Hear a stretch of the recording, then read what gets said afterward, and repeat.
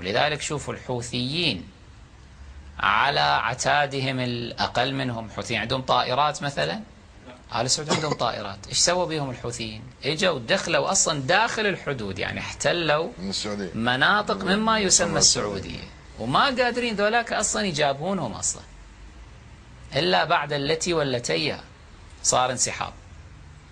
والله أقسم بذلك عائشة الآن في النار تأكل الجيف الآن، والله يحاسبني على هذا القسم، أن عائشة اليوم في النار معلقة من رجليها بالمقلوب الآن عائشة، ولا تأكل فقط الجيف وإنما تأكل لحم جسدها، هي تأكل لحم جسدها الآن. وعمر بن الخطاب بالذات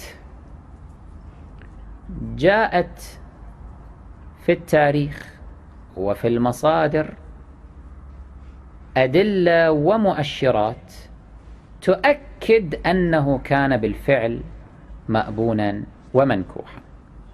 كان عمر بن الخطاب في دبره داء لا يشفى إلا بماء الرجال.